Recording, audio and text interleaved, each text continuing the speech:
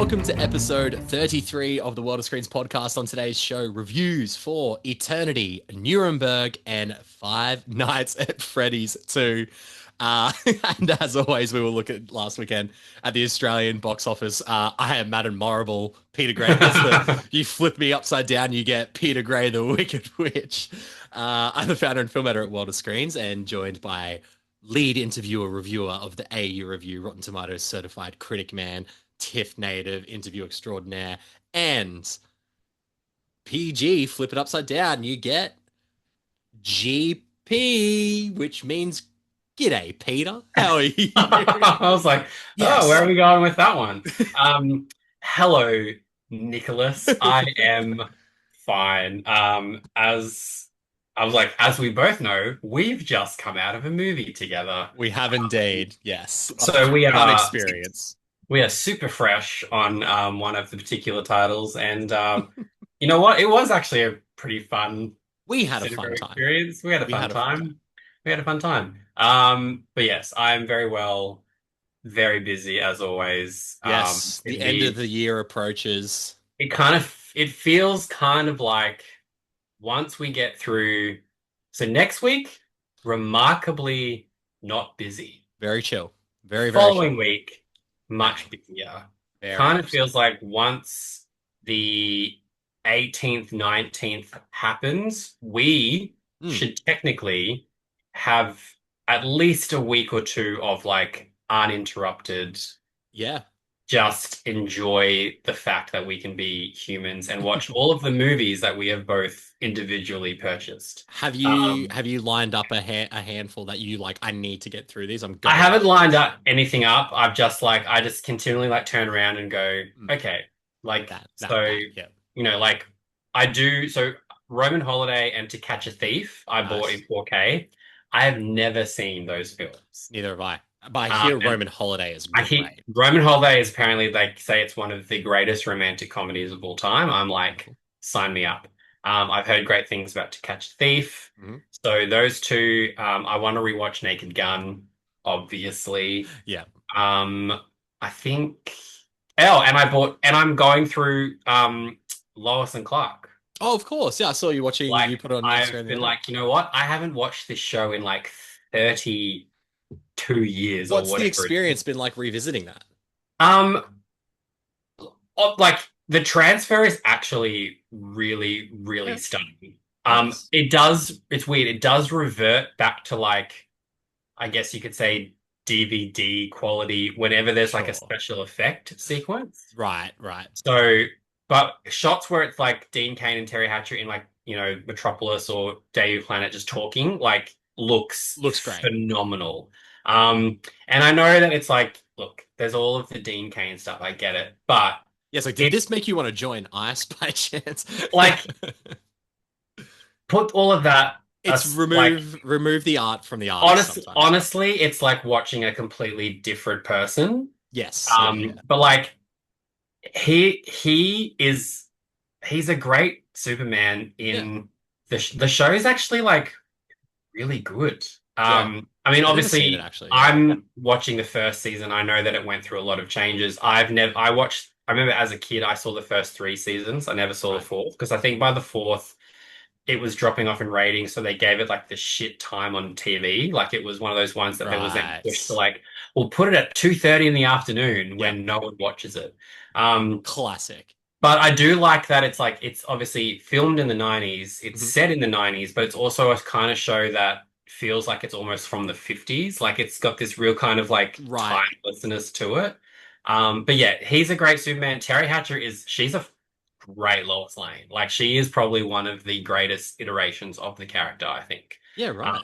so Okay. yeah, I'm having a lot of fun like revisiting this kind of like semi-cheesy Yeah. romantic comedy action show that I know kind of goes a bit off the rails, but right now I'm very much enjoying it. You're in a good phase, So let's say. I'm in a good phase. I'm like, oh, and it's weird being like, oh my God, I remember lines of dialogue from these episodes It's formative though, right? that I That's the haven't thing. yet. Yeah. So that's been a lot of fun. So Oh, if good. I can actually have time off, and I don't have anything like coming my way from the The US. 19th to, yeah, Um, whenever we're it'll be back. good to enjoy it. But yeah, like obviously I've got an interview tonight. I Mm, have an interview at 5 a.m. tomorrow morning, so I've also got to watch the movie for that. fun. Great. Yeah, so things are always popping up, but I'm hoping that everybody goes on holidays around the Christmas time, so that way, I think that will be the case. I think yeah, most of our yeah, lovely PR and publicist people yeah. usually And I'm like, go. America has to go on holidays at some point too. They have So to. The country that never sleeps, yeah, so it'd be very nice causing to us have a to not break. sleep. It'll But be at the same lovely. time, I still manage to watch a lot of things that I want to watch, even Mm. in our crazy schedules. So Absolutely. And I think a good thing as well, Pete and I will have seen by the 19th, we will have yes, seen everything that is coming out up until New Year's Day in Australia. yeah, So we'll be pre-recording a couple of episodes because we'll be taking a week or two yes, off from this as well, so we can just relax, yeah. enjoy. But I've seen a New Year's Day release, which Nick will Yes, be you have. watching very Yeah. soon. We Yes. have seen a January/February release whenever a certain, February now. Yeah, it's February now. February now. Okay. So we've We've seen seen that. another January release as well that we did interviews for. Um, and we now live in a post Mighty Supreme world. We have We live both in a seen post Mighty Mighty Supreme. Supreme world, and we also live in a post Five Nights at That Freddy's Freddy's 2 2 world. world, which we will And be discussing tell ya, all later of in this, this episode. all of this Oscar talk for Mighty Supreme. Where's the love for Five Nights at Freddy's? Tell Hey, ya. there might be one department that deserves an Oscar, and maybe we'll touch upon that Yeah. in April. about 40 minutes or so. So stick around because we actually have two banger films to talk about before Five Nights at Freddy's. Before we get into the reviews, though, housekeeping as per usual. If you're listening to us on Spotify, Apple Podcasts, or your preferred podcasting platform, we appreciate the support. If you could download the episodes and subscribe to the feed, that would be great while we are subscribing. And if you're watching us on YouTube, hit that subscribe button, like, comment. It all helps get us in the algorithm worldofscreens.com. Head to the emailing list, subscribe to that as well. You'll be the first to know about giveaways. You'll be the first to know when new reviews and articles have dropped. And you can follow us at World of Screens on Instagram. All of I your just support is incredible. realized I should not put the label to the camera because Let's we just don't want say any it rhymes product with placement. schmetch me schmacks, and they don't Yeah. pay us for No, they don't. And this. this bottle, Is I that just from the movie still? yeah. That's incredible. Yeah, Because we right. saw that movie 3.5 hours 3.5. ago. That's And this incredible. this bottle, it looks giant on like Oh, it this does. looks like Yeah. I'm drinking like a 1.25 bottle. I wonder how this. While we're comparing bottles, Oh, I've got this big black Nick, bottle of course, here. yeah, of course, Nick's got the big black one that always looks bigger. I'm just trying to overcompensate. Look, can tell you from experience, blacker doesn't always mean bigger. And and if that's not a sign for you to go check out us on YouTube, then I don't know what the fuck is.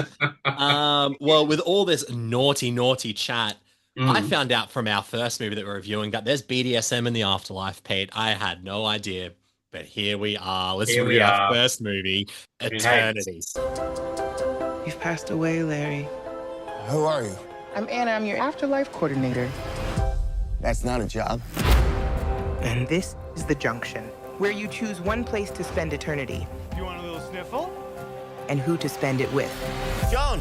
Joan! I was in bed and then I. You look amazing. I have shocking news. You're I'm dead. dead.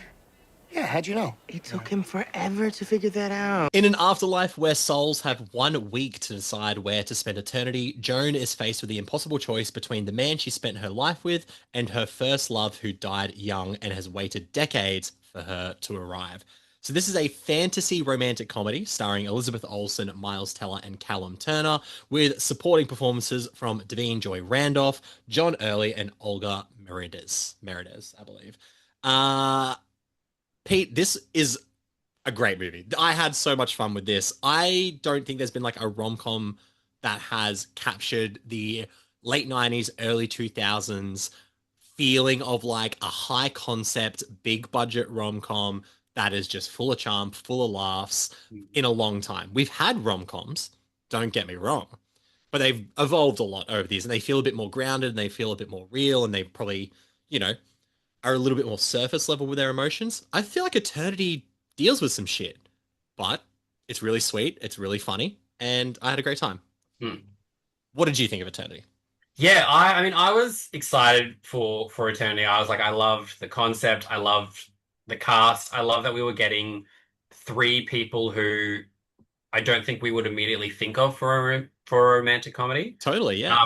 I was very fortunate that the lovely reps at Nixco who are repping the film here in Australia gave me tickets to the world premiere at the Toronto Film Festival. So Very I cool. was in the most beautiful theater. The like it is hopefully, Nick, you will see what I I will be mean. there. You'll I will see what be I there mean one day. in 10 months, 9 months. Let's Yes, hope. yeah. Oh, God, yeah. Holy shit. Let's I hope. better stop buying Um, these fucking Blu-rays and start saving some money. but this cinema is a monstrous theater, but it is Right. so beautiful. And I was there, and director David Frayne was there, Elizabeth Olsen, Miles Teller, Devane Joy Randolph, John Early, Callum Turner, everybody was there. And just being in, like, everybody was so locked in. There was laughs where laughs needed to be. It's very funny. There It's a was very funny movie. probably there was a lot of sniffles at the end of this because it is Yes. incredibly emotional. And I had the pleasure of speaking to David Frayne about it. And one of the things that I really, really like, and this is one of those things where on a big screen, it's kind of even more impressive. The classic cinema influences that he has taken to create this creating this afterlife and making it like a weird, It's like like a hotel sort of. yeah, like a yeah. convention A convention's center. a really great way Yeah, of putting it. Yeah, yeah. where everybody's like trying to like sell you an afterlife Well, that's package. where where the Devine Joy Randolph and John Early characters come in. They are Yeah. like reps in Your Eternity. like your afterlife coordinators. Yeah, they like Um, and everything is an art. Like you can live on Yeah. the beach forever. You can live in the mountains forever. it You can try BDSM, as we find out was it tried. really makes you think like, holy shit, What is the where would I possibility? want to go? That's what And I meant when at the start when I was like, it kind of deals with some real shit. It Yeah. deals with the idea of mortality. It deals with it because the movie doesn't start in this afterlife. We actually no, meet we get Elizabeth Olsen and Miles Teller's characters as when they're 90 old. like Yeah, 90-year-olds essentially, and Miles Teller has a heart attack. Well, his so older we self know does. that Joan, who is eventually played by Elizabeth Olsen, we know that she has She cancer. has a Like terminal illness. Yeah, she is going to die Yeah. very soon. So he kind of passes away. He like chokes. It's like he wakes up, is very confused, and because he wakes up as Miles Teller too. the reason, and they say like you revert back to the looks of yourself when you were at the most happiest point in your life. Yeah. So when he was looking like Miles Teller, he was in his he blissful met stage. his wife. Yeah. And he's like, I have no idea what's going on. And that's one of the good like running jokes when Elizabeth Olsen dies and she rocks up and he's like, I don't know how to tell you this. And she's like, I'm dead. And then Davin Joy Randolph is like, it took him so long to figure that out. And she's just he's like, the goofball of the movie. Yeah. yeah. And then you have this, I mean, we'll say like Miles Teller is a very charming man. Yeah. But Callum Turner, like he just walks in and you just go, oh my God. He's got the like, gaze, he's got the jawline, he's got there his is a deepened American accent. Yeah. There is a reason that he is apparently Denis Villeneuve's top choice for James Bond. Oh, And I'm like, I did see you know that. what? Yeah. You know what? I see it. I can see it. He's I suave. can see it. He's suave. And he has, he probably has the most romantic arc because he's like, I was your first love. I died in the war. Then you went on and had this 70-year marriage with Miles Teller, which is well, he doesn't he just knows she lived for another 70 odd years. And or 60 he's odd like, years, yeah. I have died and I have been in this eternity waiting room for 70 years waiting for you. And the reason why they have a week, normally to do he's it. like, He gets I've a job. been able, I got a job here, knowing that eventually you would be here. And I love the fact That's beautiful. that but I love the fact that they're like, what did you do for 70 years? And how he basically is like, you know what?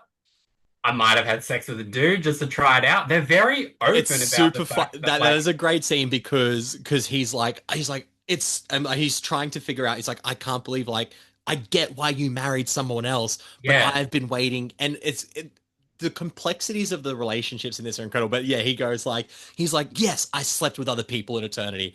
I tried BDSM once. I yeah. had sex with a guy once, twice, just to Please make check sure I mine. didn't like it. Like, it's really Yeah. funny. It's a great line and it's really well executed. But I loved how it explores this complexity of like, no one here is at fault. Like, no one is actually a bad person in this That's triangle. that's what I really appreciated because we're obviously so used to in I guess like traditional romantic comedies, we're used to like having the girl and she's with the wrong guy. Mm, Like she's with the asshole, she's with the guy who's like not good to her. yes. And then there's like the helpless, I don't know, we'll say, look, there's like the farm boy, whatever, and Yeah. everyone's like, that's who you should be with, but like he's got blah blah. Blah. They don't do that. It's They not a don't do case that of here. if she chose Callum Turner, you're like, I love that. I can see that. I'm sad for Miles Teller, but I love that she's with Callum Turner.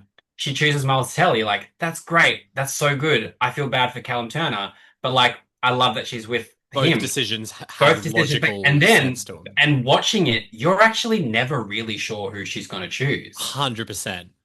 which is one of the exciting things because you're like, Yeah. she could choose Callum, she could choose Miles, she could choose like herself. Yeah. There's Yeah. like the film goes down this path of like her going, you guys are stressing me out. Like, let me just try to figure it. Because it's not only like, I've got to then, it's like, yes, I've got to spend eternity with you. Yeah. Then it's also, where do we spend eternity? Exactly. You know, like, Totally. do you go on the beach? Do you go for the beach? Do you Because go for once you pick your eternity, you're that's there it.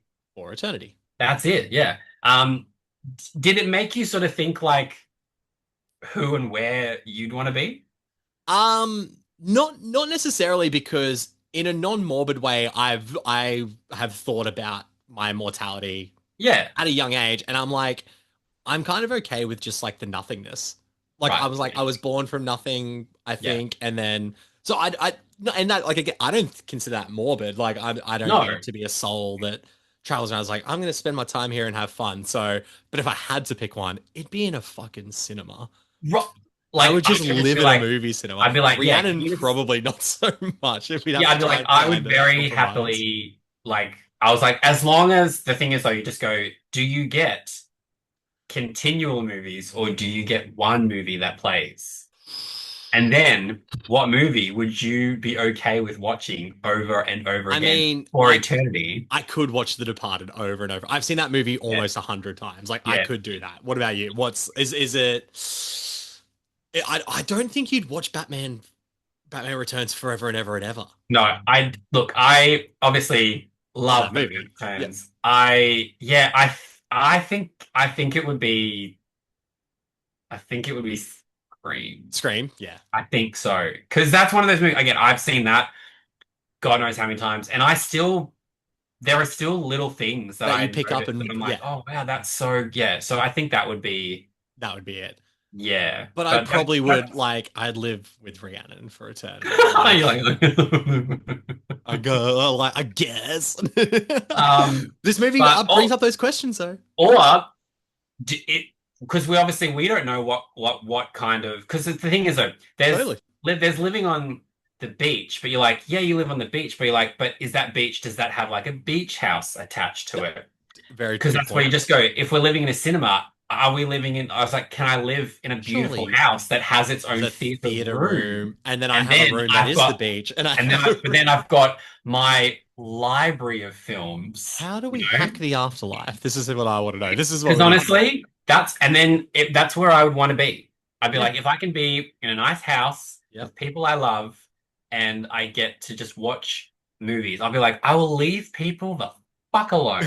Like, But do you know don't- what's great is that's what I really love about this movie. It's a heightened concept that asks questions and it doesn't give you the answers, and it Yeah. allows you to sort of bring your own feelings about relationships, about mortality, about love to the film, and I think it's very smart for that. Yeah. I don't think it's a perfect film. I think there are definitely moments in the middle where it drags on. This is almost 2 hours long, and there was a part in the middle where I kind of really felt that it gets a little bit repetitive with the who, like, because they're both pining for Elizabeth Olsen's obviously eternal approval. So there's a couple of moments where it does just sort of go a little bit too repetitive for me. But apart from that, like, I just think it's a really cool concept, a heightened concept that just made me feel like I haven't seen a romantic comedy that feels like this in 2 decades. And that's really great. It could have been because I was just so enamored with it. I came out of this and I was like, this is one of the best movies I've seen at TIFF. This is one of the best. I was like, I gave this 5 stars. I was just like, shit, I didn't know that. Like, I haven't read your review yet. I was so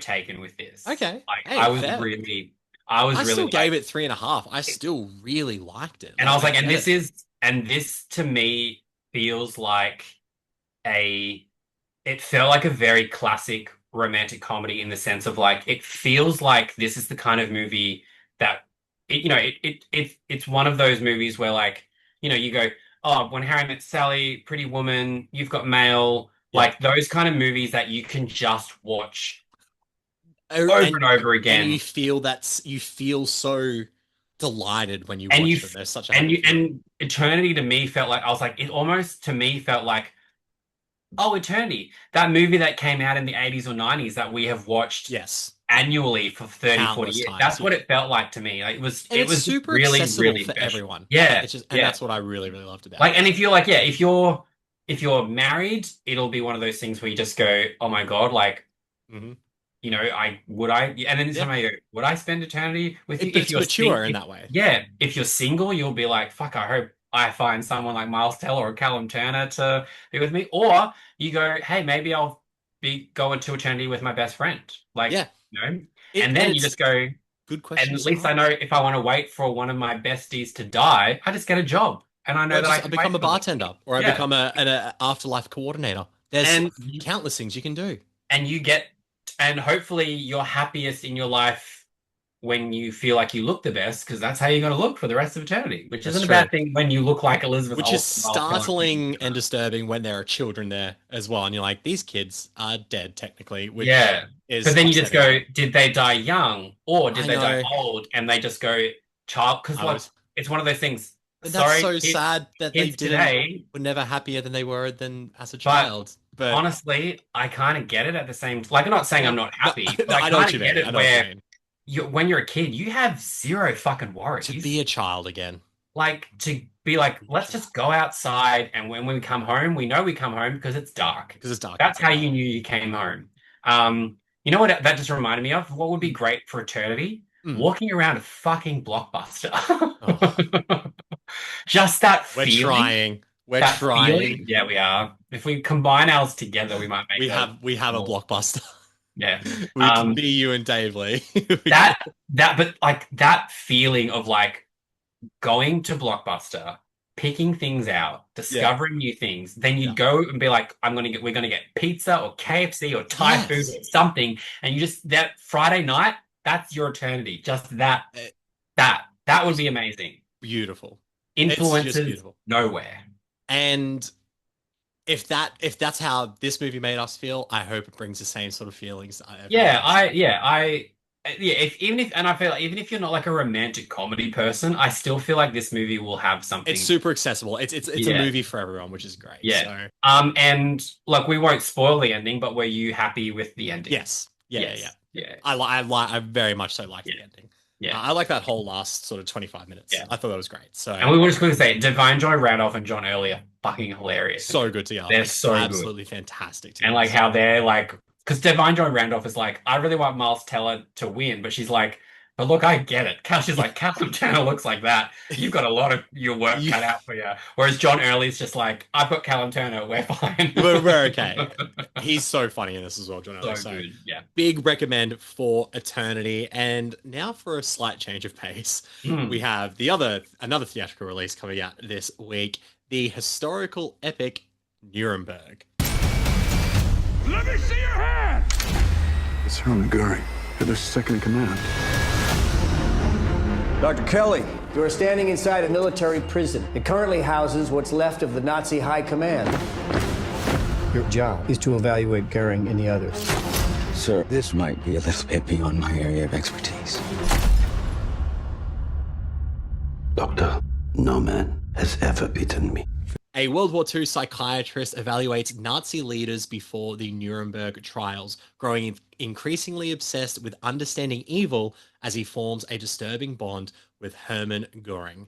So this is a historical drama film written, co-produced, and directed by James Vanderbilt, who based the screenplay on the 2013 book The Nazi and the Psychiatrist by Jack L. High. It stars Rami Malek, Russell Crowe, Leo Woodall, John Slattery, Mark O'Brien, Colin Hanks, Ren Schmidt, Lydia Peckham, Richard E. Grant, and Michael Shannon. Stacked cast. Now, this has come out in Australia with not a lot of fanfare, despite Russell Crowe, beloved Australian actor, being front and center. This has kind of had a bit of a small stifled release. Even in the US, it didn't really pop in the box office, or not a lot of people are talking about it. I'm shocked. I love World War II films.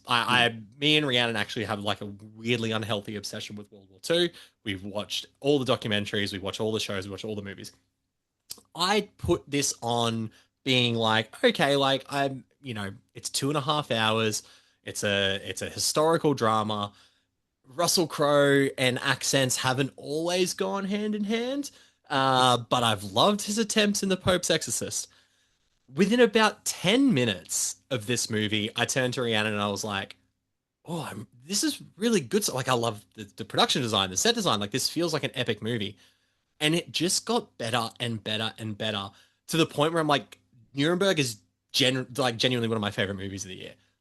Like, I couldn't believe how this feels. Again, we talked about how Eternity feels like a movie of a bygone era. In the 90s, this is maybe an Oscar contender. This is an epic, a cinematically epic historical drama about the most important trial, a court case and a trial that determined how the world deals with war crimes. Like, it's incredible. Then you've got this fucking cast of absolute heavy hitters who come in for like 3 or 4 scenes and just go like, I'm a great actor, and this is why. And you, from this scene, you're going to know why. So, absolutely incredible. Nuremberg, Pete. What were your thoughts? I've just gushed about it, but yes. What did you think? It almost just reminded me. It's almost just like, if you weren't in Oppenheimer, that's okay. We'll put you in Nuremberg. Like, it's almost like that. Except I think Rami Malek was in both. Rami Malek's in both. He is. Yeah. But it's funny because like this was a TIFF title, and coming into TIFF, this had like a lot of like buzz. There's some buzz about it. Sure. It had the second longest standing ovation in TIFF history. That's crazy. I didn't know that. Okay.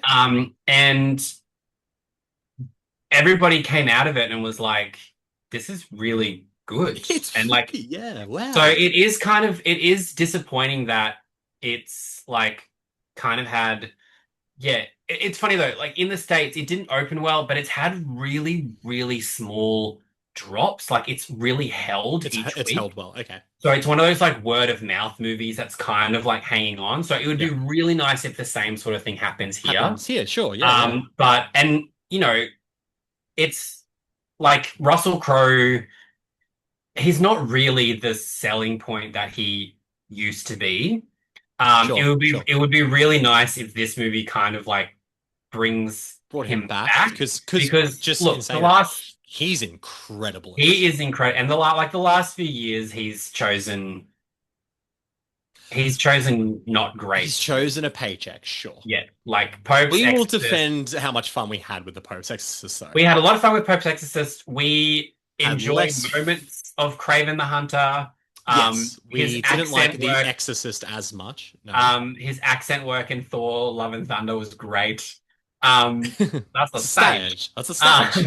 But he's phenomenal, and like he's so like he's playing essentially like Hitler's second in command. Yes. He surrenders himself. He's the Reichsmarschall of the Nazi party. Hermann Goring, and the whole thing is like Rami Malek is this army psychiatrist, and he's essentially been brought in to be like, look, you need to examine the people we have arrested. We need to figure out their psychological state before Because you we go. kind of, yeah, and you kind of gonna be like, Before, yeah, why did, why what, do they do what they why? did? Yeah. Where's their head at? Because then when we go to trial, we need to know that like they're fit. And basically, Michael Shannon's character is like, we are going to like essentially, it's almost like him saying, we're giving them the death penalty. Like he's just like, we need to make sure these yeah. men are held accountable for what they've done. Yeah. And it's funny, like the US are very like, I don't think that's a good idea. And then Michael Shannon eventually is like, you know what? I think the Pope actually has a really One of my favorite scenes like in the film. interesting relationship with the Nazis. And then they're like,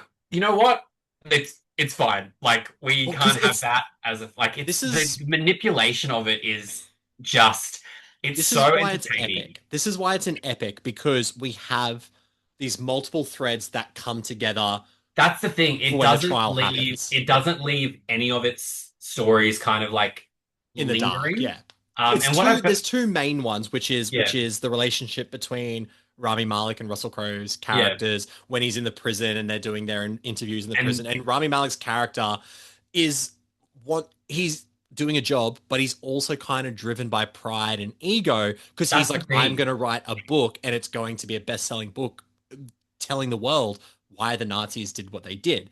And their ego pride gets the better of him. Yeah. And it's like, and Russell Crowe's got the ego of like, I'm a monster. He's also like, Hitler's dead. I'm the most powerful man in the world. And he's like, yeah. And the other thing is like, he's like, I'm very aware of what I've done. He's like, I don't have any remorse about it. Do you know what's crazy about this as well is that he is such an evil person and such an evil character.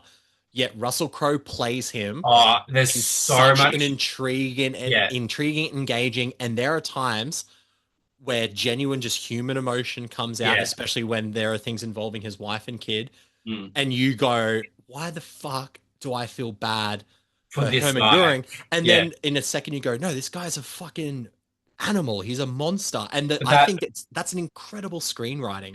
That's the strength of Russell Crowe as a performer, being like throwing in so much charm to this person that we should not find remotely intriguing. Like we should be like, we are on Rami Malek's side. We do not. And then you're watching it going, But this is what the film does well, because everyone else is going like, let's just kill them. There's a point where they go, because they get about, I think it's like 10 or 11 Nazi generals who are on trial in the Nuremberg trials.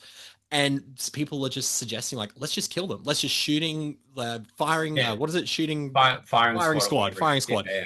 And then it's kind of like, that's when Michael Shannon's stuff comes in and he has to get the Russians to be like, we are going to take them to trial. We have to get the Catholic Church. We have to get the Great Britain. We have to get the United States. Everyone to come in to be like, these guys who declared a war on the world, like, we need the world to take them to trial. Yeah. And he kind of goes, no, he's like, we're going for the death penalty, but we're going to do it by hanging because we want the world to know that if you do this, we will make you die in the worst way possible. And it is it's morbid, don't get me wrong, because it is such a bleak moment in history. And this movie, they show you some legitimate concentration camp footage, and that is the most sobering thing. There is a shot that is in that moment that will with the bulldozer that I will never be able to unsee. It's got some horrific imagery, and it's funny. Like it's weird saying,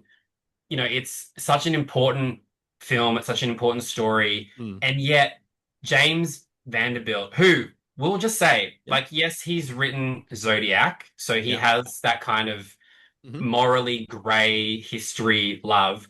We'll also not forget, this is the guy who he has written The Amazing Spider-Man. Yep. He wrote White House Down. Yep. He wrote Ambulance. He wrote Scream 5, 6, and 7. Yeah, he rebooted the Scream franchise. He wrote Ready or Not and Ready or Not 2.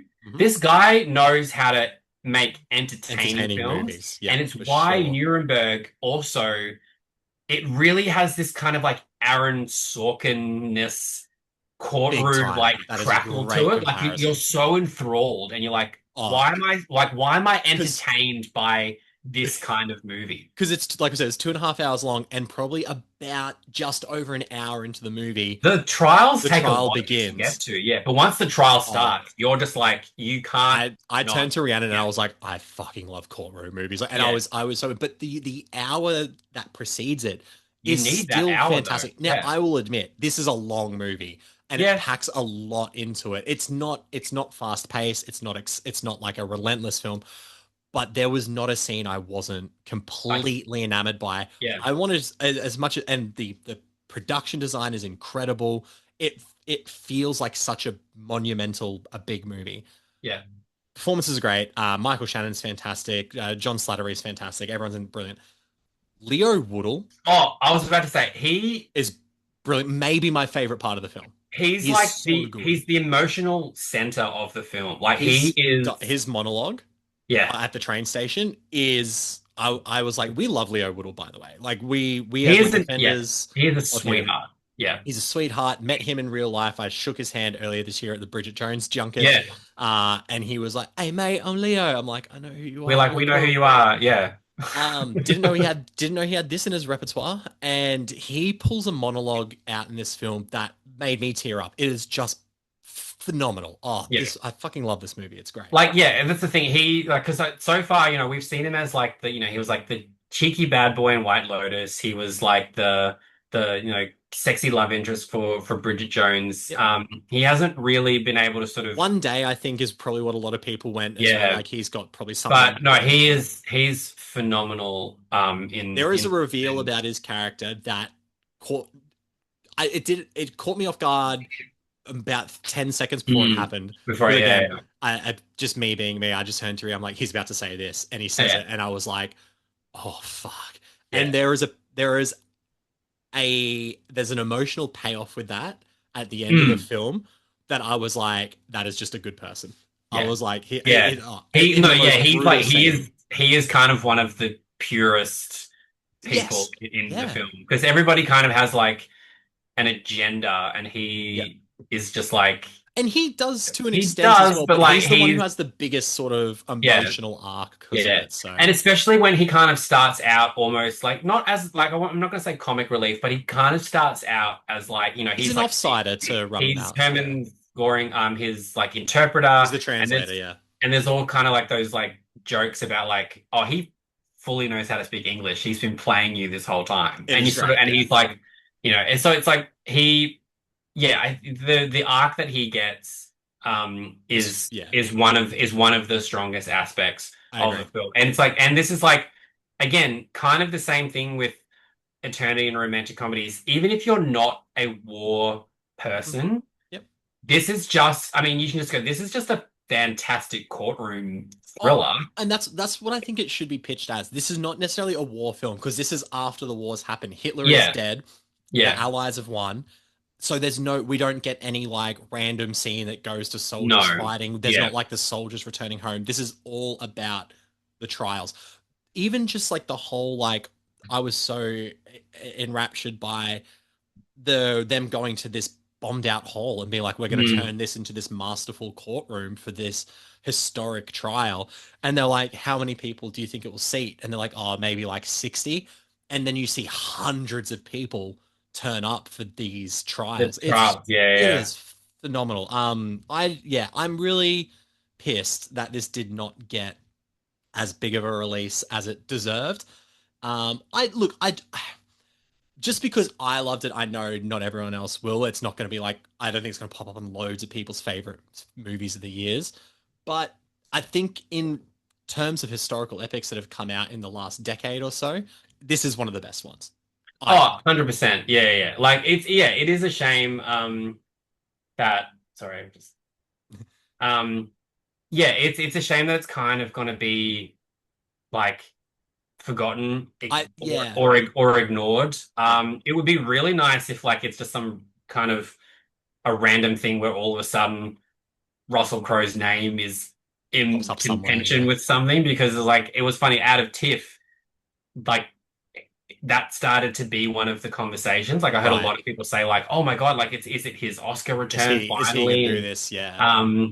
But no, it's a really just, it's an entertaining film. It's a Super entertaining. sobering film, but it's also, and it's like, it's again, it's a movie for adults. Like if Yep. you guys, if you feel like, you know, oh, my dad or my mom or my parents like can't go to the movies, there's something for them, take them to this. Take Like me to this. this Yeah. is like, this is a very smart, intelligent, entertaining film that really deserves a lot of love. And you know, if it's holding as well as it is in the States, that gives me hope that I'm like, okay, people are turning out for it. People want this. So will we get lucky here? Who knows? Like it might get lost in the shuffle of stuff because we've got obviously a lot of big things coming up, but it's massive counter programming for everything else. Like there's nothing that's like competing with this in terms of tone and genre. Yeah. So With yeah, Russell Crowe behind it as well. Like he's Yeah. not an A-list box office superstar anymore. no, But he's an actor who kind of demands your engagement on the screen. Yeah. And this is a role where he embodies that, and it's Yeah. it's fantastic. but Nick and I, like when Nick watched it, he messaged me and he was just like, I fucking love this. Yeah, And I was it like, was great. I was like, in the 90s, as we said, in the 90s, this movie gets like 13 Oscar nominations and makes $500 million. Like this Literally. is a huge film in the 90s. So yeah, it's kind And of that's complimentary. That's fucking yeah, complimentary. absolutely. And also, like, I got to speak to James Vanderbilt and Richard D. Grant on the red carpet, and they're awesome. I was like, James Vanderbilt, I was like, thank you for Scream 5 and Scream 6. And he was like, oh, he's like, you're not mad I killed Dewey? And I was like, no, someone had to do it. Someone had to do it. I We was needed, like, we I needed was like, emotional reasons to continue yeah. on. And I was like, look, I'm mad that you killed Samara Weaving as quickly as you did. And he was like, okay. He's like, that's fair. But he's like, and I was like, yeah. He's like, but we love her. And I was like, we absolutely love her. That's why. But yeah, awesome guy. Awesome guy, awesome movie. I highly recommend checking out Nuremberg, and perhaps as counter programming to the larger films that are out, we will see it in the box office top 10 next week. We don't cover the top 10 though, Pete, on this show. We cover the top 5. As always, thank you to Numero Box Office. This is the Australian top 5 films at the box office for last weekend. Number 4 and 5 both coming in at $290,000. Predator, Badlands at 5, Running Man at 4. It makes sense once I start reading out the next numbers. They're like, these guys are at the end of their... I briefly saw something as to what 1 and 2 made and was like, holy shit. Yeah, holy shit indeed. Yeah. The third film in the Now You See Me franchise at number 3, Now You See Me, Now You Don't, $718,000. Still holding pretty well. Still holding pretty well, yeah. Good counter programming if you don't want to go see a family film, which are both in the top 2. Yeah. Wicked for Good at number 2, $5.1 million. It has now made $20 million in Australia. Absolutely wild. And Zootopia 2 at pretty much $5.8 million. Obviously not as big of an opening weekend as Wicked for Good's opening weekend. However, almost 6 million is incredible. 550 million worldwide. Like there's $1 billion immediately. Like it's literally. And it's so funny how it's like everyone was like, oh, you know, do you think Disney are in trouble? I'm like, no, between Lilo and Stitch and this, they can have as many flops as they want. Literally. Like it's almost like Disney, because obviously Disney owned Fox, it's almost like any underperforming Fox movie is made up for the actual Fox movie that is Zootopia. Literal Fox movie. So yeah, they're fine. They're doing okay. They'll be fine, and it will continue to do well because it'll be interesting to see how long this one stays in like how will we have another like Inside Out 2 situation, like another because like Lilo and Stitch, that took a while to go to streaming, didn't it? Ages to go to streaming, and did not take long to get to $1 billion as well. So Well, oh wait a minute, yeah, Inside Out 2 hit $1 billion, didn't it? Yeah, highest grossing film last year. There's 1.6, I believe. So I think we will be talking about Zootopia 2 for a couple of weeks in the box office. Will it get topped? And that was obviously the box office top 5. Thank you to Numero Box Office again. But will it get topped next week by our third and final review of the show? Are you ever going to go back to Freddy's, I mean? I think my sister is here.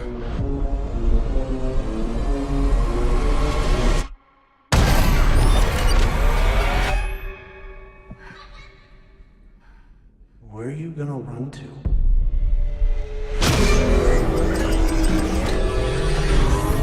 Set a year after the first film, it follows Abby Schmidt as she reconnects with her animatronic friends, leading to the events that reveal the origins of Freddy Fazbear's Pizza.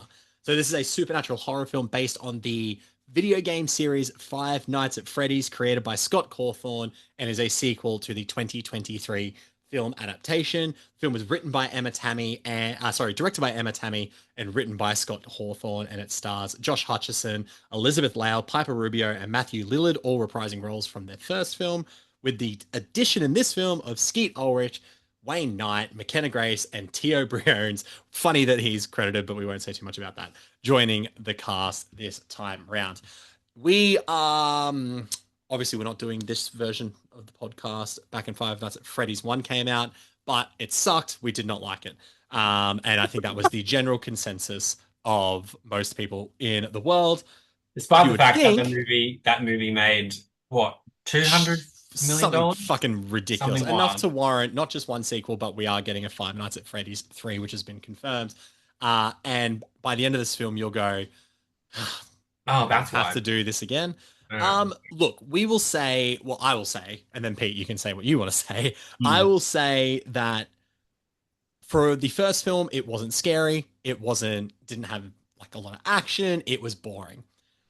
This movie is still boring. Five Nights at Freddy's 2 does not take any lessons away from a narrative that takes too long to get into anything fun and ends on one of the worst endings of a movie this year. However, comparatively to the first film, it is scarier. It is more exciting.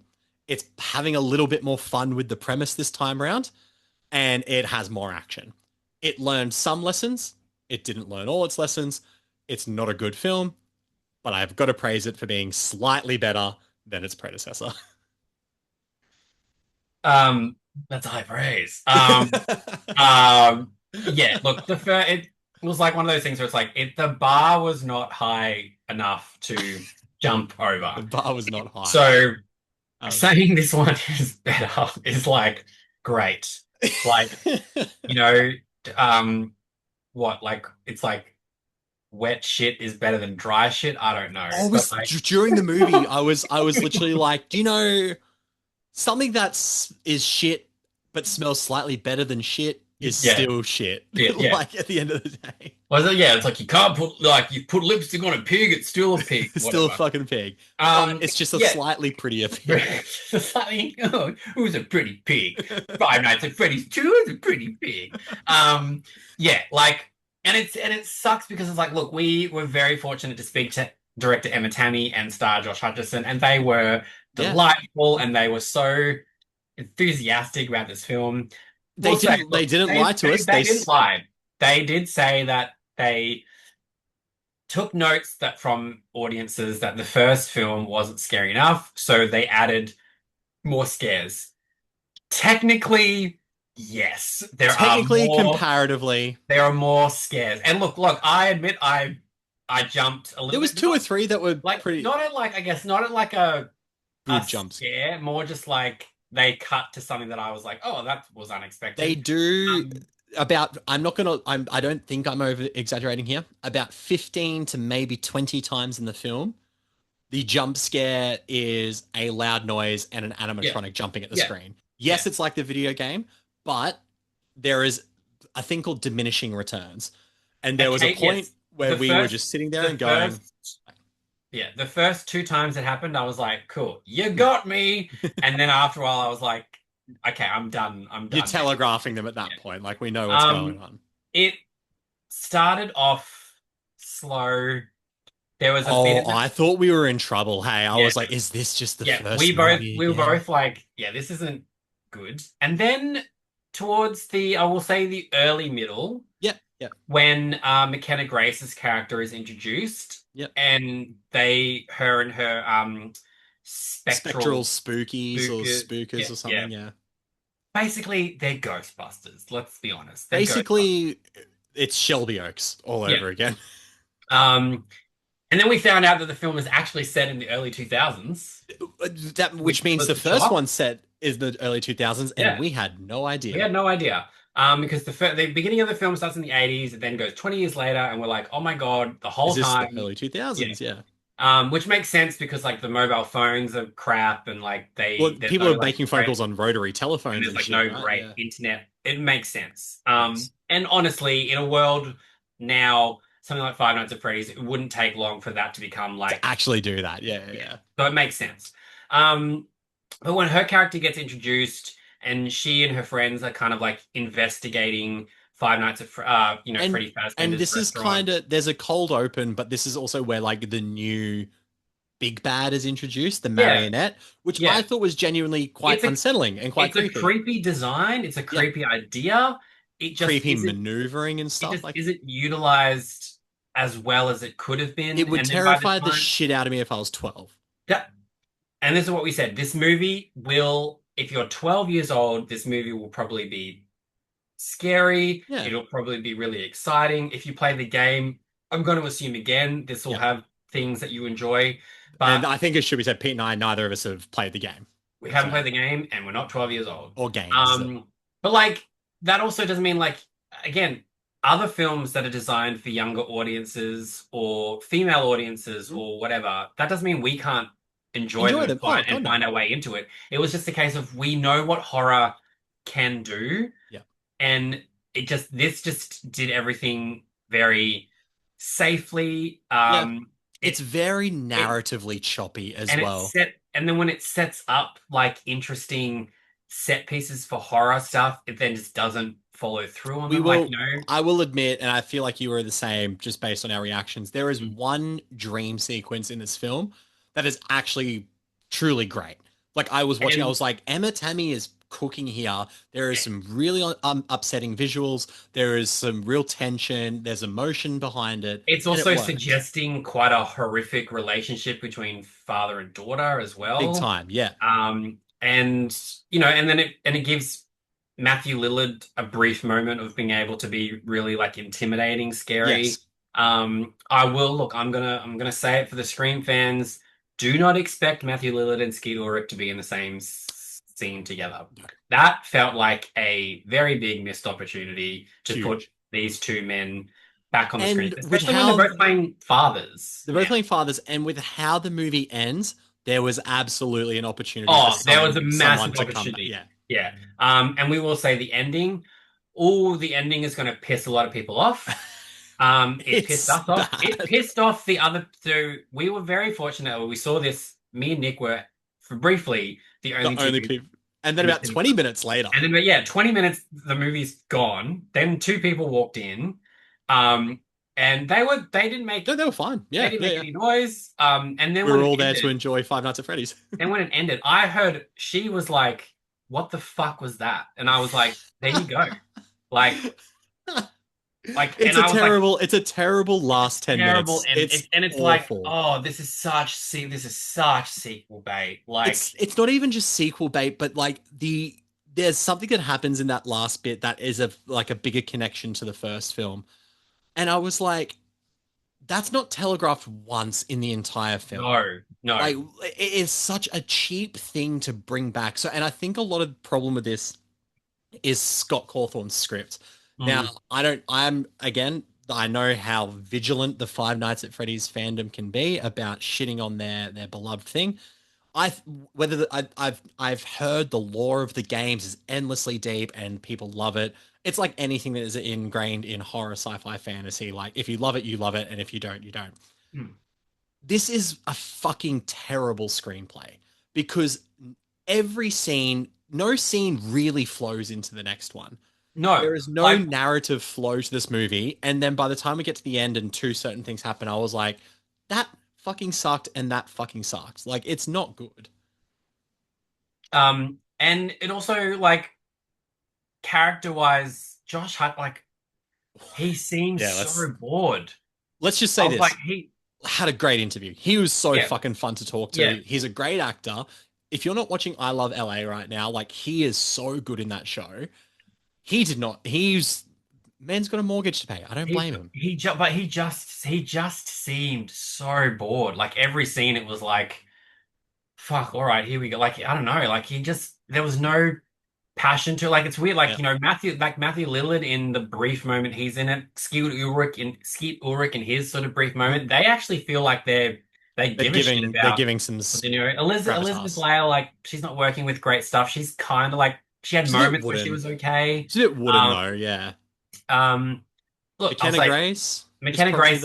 she's not in it a lot. When she's in it, she's probably giving it more than it deserves. This is another thing that you bring up. Like everyone in this movie is not in it a lot, pretty much except for Piper Rubio, who plays Abby. Who, yeah. If you didn't love her acting in the first, her character is frustrating. We'll say that. Very frustrating. Yeah. I'll also look. I'm going to shout out Megan Fox had some fun voice work. Actually, not probably the best performance in the film. Like she's kind of got like a real like cheekiness to the way she delivers her lines and stuff. Yeah. So and I'm like, look, and like, that voicing Chica and the lines she had to deal with didn't seem like it's not the most amazing voice work. But Megan Fox, she's having a lot of fun with what that character does. And when I feel like when her character Chica is like walking out there in the world, it's like that felt fun. And almost like I feel like the movie could have benefited from these Five Nights characters being out there in the world causing chaos. This is what I wanted. Like it kind of telegraphs the fact there's this thing called Faz Fest that is happening in this town, which is like a celebration of the Freddy Fazbear. The movie could not like adequately tell me what the fuck Faz Fest was. The animatronics, which we will shout out, the animatronics are by far the best part of the film. You see a lot more of them in this. You see a lot more of them physically interact with people and their surroundings. They do look great. Amazing. I know it's a PG-13. I know it's an M, and this kind of pushes the M rating a little bit with implied violence for sure. So there's a few things. Let them fuck a few people up. There's a few things regarding people's heads that yes, and and someone getting kind of like mincemeated in a mechanical river, like it was pretty intense. Like and there's creepy imagery. Like we got to remember, looking back, like The Ring is a PG-13 crazy. movie. That is crazy, yeah. And that not that movie had a lot of violence, but that shows you how effective a horror film can be with a limited rating. Like the first Conjuring film was rated MA because it was scary. It doesn't have anything in it. It's like you look at like a lot of the they're not great horror films, but like you look at like the remakes of like When a Stranger Calls and Prom Night and that sort of stuff. They not good movies, but they managed to have a level of violence, like, some kind of violence that you at least a bit like, oh, she got stabbed, like that. Feel like this movie just it has moments of like, you know what, for a PG-13 for an M-rated movie, that's kind of violent-esque. But then it just, I don't know, it just one of those things that was like it had so much potential and sets up so much, and then just doesn't follow through. Doesn't do anything with it. It's really, really, it's really disappointing. But it's just there's just too many aspects of it that's just did not work, and I think a lot of it comes from the script. It is just a boring story. That is a lot of retreading of the first one, and then I had so much confusion at points where there's two restaurants in this film. Yeah, I know it's mentioned, but there's times where scenes seem to go back to back with each other, but they're at different restaurants, but they don't do anything to be like really. Like, so I'm like, weren't these people just fucking here? Nick and I were both like. Because Abby very much says like, oh, what is this place? And Nick and I were both like, weren't you just there? Like, weren't you just... And then we were like, no, it's a different restaurant. So then it also goes, all right, why would you then say, what is this place when you know that it's another franchise restaurant? Like, I don't know. It was just a massively, massively underwhelming, disappointing sequel. That's even more so because it feels like it has some good ideas. Good ideas, and it tried to do something better.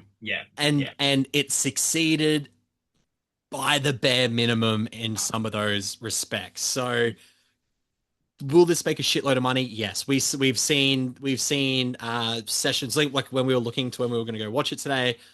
There was a session at fucking 2:30 in the afternoon that was almost sold out at one of our local cinemas, and I was just like, what the fuck? Like, it's a cultural phenomenon, so it'll have its diehard fans.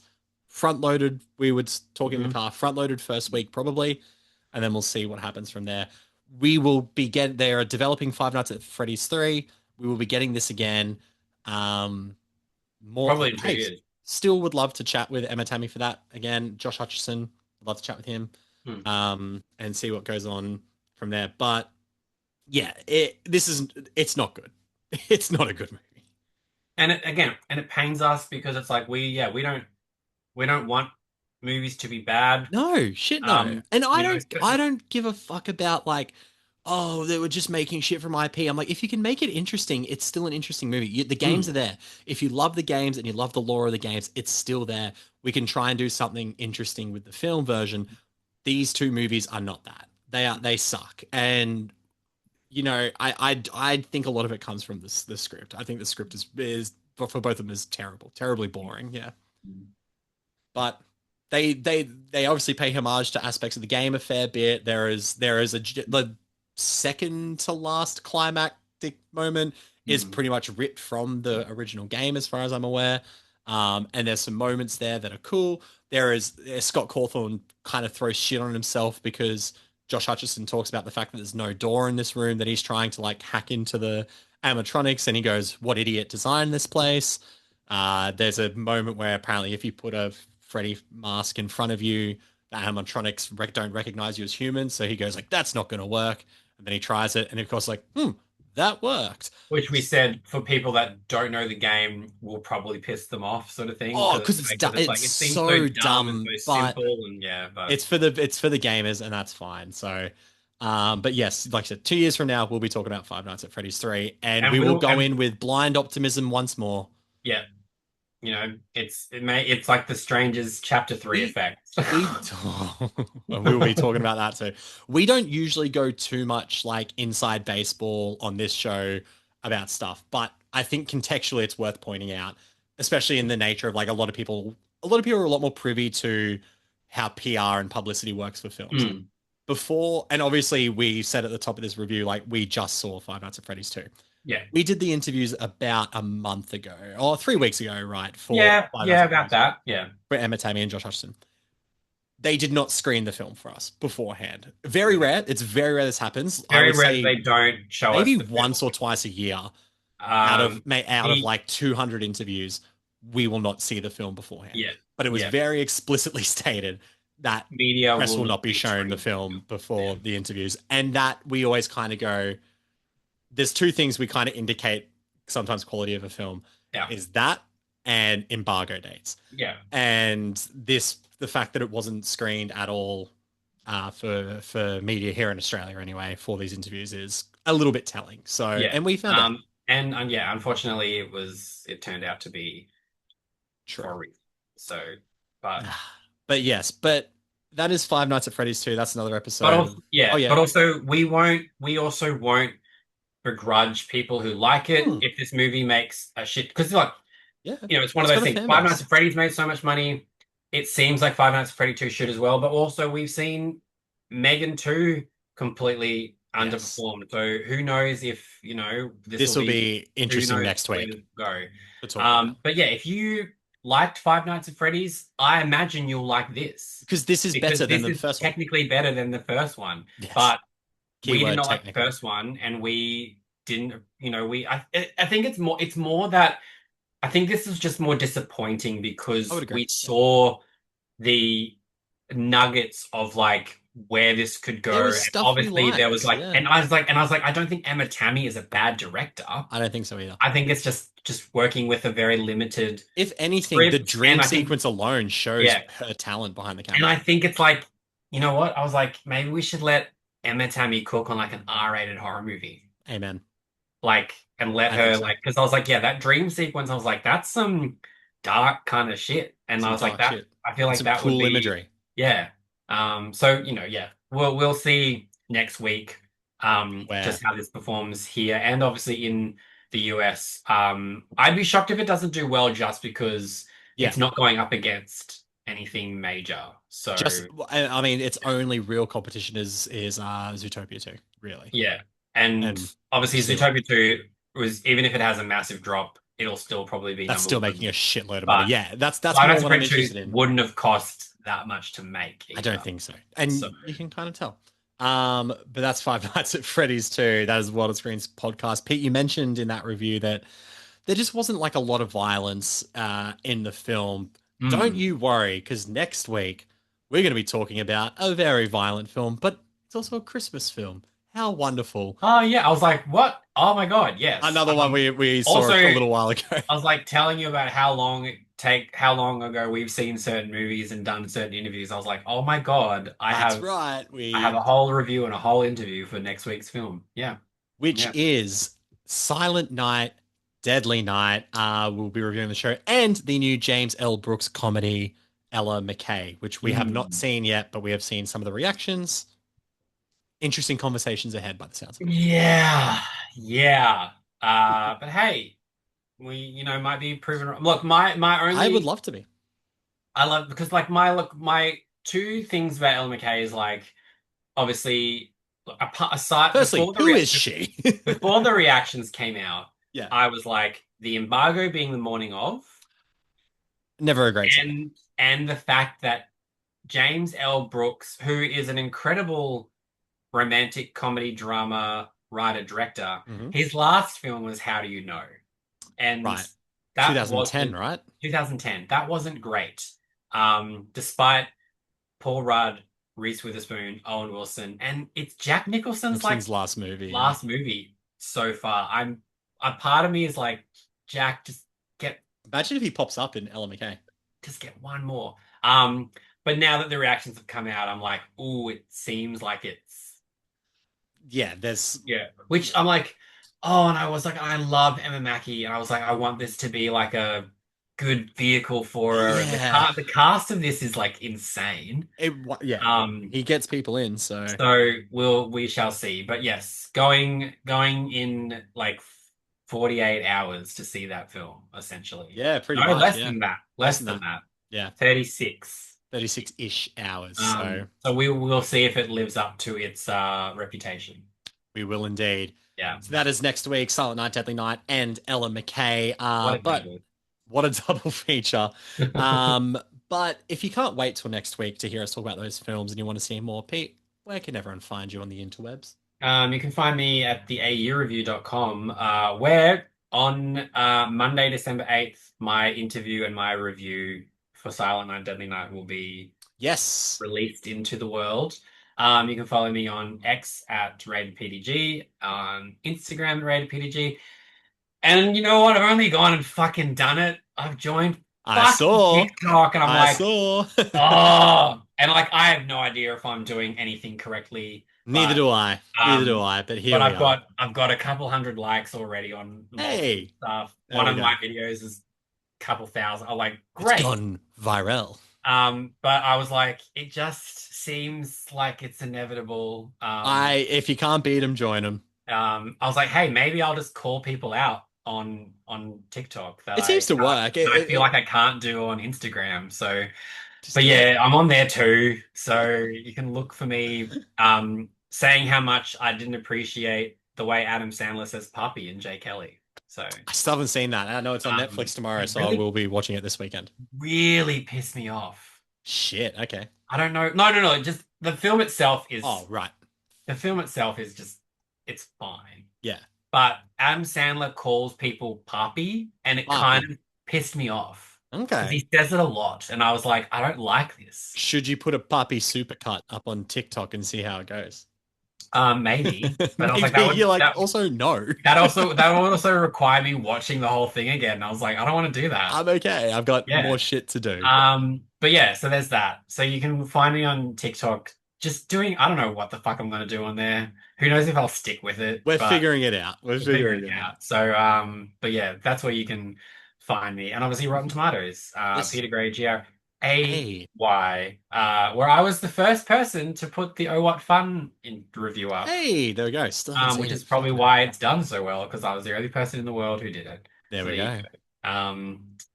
Also, yeah, if you want like a really simple, cute, easy Christmas movie, watch Oh What Fun. There we go. I'll be watching it over the Christmas break. And you know what else is fun, Nick? What? following you. Oh, stop it. In the street? In the real world? You can find me at NixFlixFix on Instagram, X, Letterboxd, and TikTok. Yeah. We're just a little late to the game. I should probably actually follow I just you. realized that. I was like, because I'm seeing the ones you. you reshare then to Instagram. I'm like, oh no, I've got to follow. I don't peruse it. I post and I go away. Yeah, I'm like, That's been I'm my not biggest going, thing. I'm not doing the whole like I can't get addicted demon. to What's it social called? media.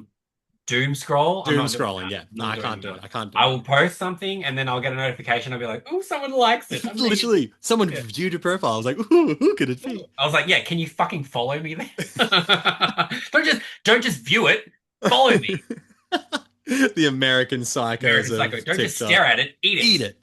So Netflix fix it all those places, but most importantly, Water Screens at Instagram and Twitter and even more importantly, waterscreens.com for latest film, TV articles.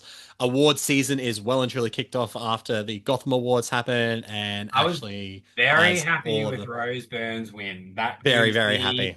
Gives me hope that we will see her at the Globes at least. And December 8th is when nominations are out. So I'm like, that is very soon. That's in 4 days. Yeah. They're so recording. it really, very interested to see intrigued. who gets nominated and who doesn't. Yeah. We will be discussed and recapped at waterscreens.com. But in the meantime, and until next week's episode, thank you for watching, and we'll see you next week. Bye. Bye.